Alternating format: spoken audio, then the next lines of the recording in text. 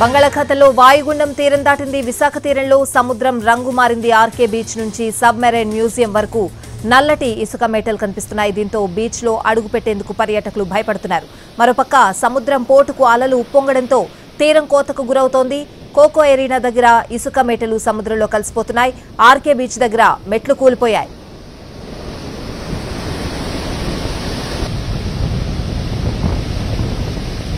విశాఖలో సముద్రం రంగు మారింది. పూర్తి వివరాలు మా ప్రతినిధి రవిచంద్ర అందిస్తారు. వాయుగుండ ప్రభావంతో విశాఖ సాగర తీరం పూర్తి స్థాయి అలజడిగా మారింది.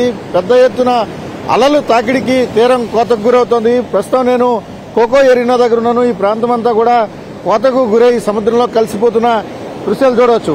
ఇదంతా కూడా నిన్నటి వరకు ఇసుక తిన్నెలతో ఉండేది. అలల తాకిడి పెద్ద ఎత్తున రావడంతో ఈ ప్రాంతం అంతా కూడా సముద్రంలో కలిసిపోతోంది. భీమిల నుంచి ఏరాడ వరకు మధ్యలో ఉన్న భీమిల్లో అనేక తీర ప్రాంతాల్లో ఇదే దృశ్యాలు కనిపిస్తున్నాయి. అలల ఉధృతితో పాటు తీరం వెంబడి బలమైన గాలుల కారణంగా ఎక్కడికక్కడ సముద్రం పోటెత్తుతోంది. కోతకు గురవుతున్న పరిస్థితి ఉంది. చూడొచ్చు, ఇదంతా కూడా రోడ్డు మీదకు వచ్చేస్తోంది. మరోవైపు విశాఖ సాగర తీరం మరోసారి తన రంగును మార్చుకుంది. తీరంలో నల్లటి ఇసుక వచ్చి మేటలు వేస్తోంది. దీంతో పర్యాటకులు కావచ్చు, లేకపోతే విశాఖ నగరవాసులు కానీ ఆందోళన చెందుతున్న పరిస్థితి. సాగర తీరంలో ఇటీవల అనేక మార్పులు చోటు చేసుకుంటున్నాయి.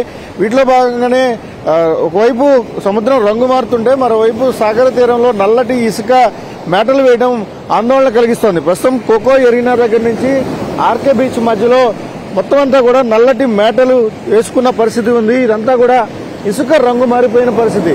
ఇసుక నల్లటి రంగుకు వర్ణానికి చేరడంతో ఏం జరుగుతుందోనన్న ఆందోళన ఈ సందర్శకుల్లో కనిపిస్తోంది. వాస్తవానికి ఇటీవల కాలంలో అనేక మార్పులు చోటు చేసుకుంటున్నాయి. స్థానిక పరిణామాలు కావచ్చు, స్థానిక వాతావరణ పరిస్థితులకు ఆధారంగా సముద్రం తన రంగును మార్చుకోవడం కానీ, లేకపోతే తీరం వెంబడి ఇటువంటి నల్లటి రంగుతో ఉన్న ఇసుక కానీ, లేకపోతే ఎర్ర రంగులోకి మారడం వంటి పరిణామాలు జరుగుతున్నాయి. ఇప్పుడు పెద్ద ఎత్తున అలలు వస్తున్నాయి. వాయుగుండ ప్రభావం మరో 3 రోజుల పాటు చాలా స్పష్టంగా ఉత్తరాంధ్ర మీద కనబడబోతోంది. వేసిన రాళ్లు కూడా కొట్టుకుపోయే పరిస్థితి ఉంది. ఇదంతా కోకో ఎరీనాలో ఇప్పటికే అనేక చెట్లు కూలిపోయాయి. ఇప్పుడు ఈ సపోర్టింగ్ గా వేసిన రాళ్లు కూడా, అంటే అలల తాకిడి నుంచి నియంత్రించడానికి వేసిన రాళ్లు కూడా కొట్టుకుపోవడానికి సిద్ధంగా ఉన్నాయి. ఈ అలల ఉధృతి ఇదే స్థాయిలో కొనసాగితే తీరంలో అనేక చోట్ల కోత మరింత ఎక్కువయ్యే ప్రమాదం ఉంది.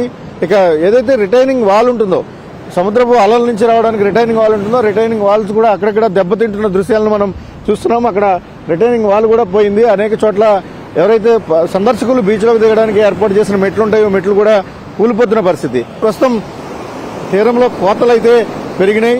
అలలు ఉధృతి కారణంగా విశాఖ సాగర్ తీరం పూర్తిగా రంగు మారడం, అలాగే కోతలకు గురవడం అనేది ఆందోళన కలిగిస్తోంది. కెమెరామెన్ రవితో రవిచంద్రన్ టీవీ, విశాఖపట్నం.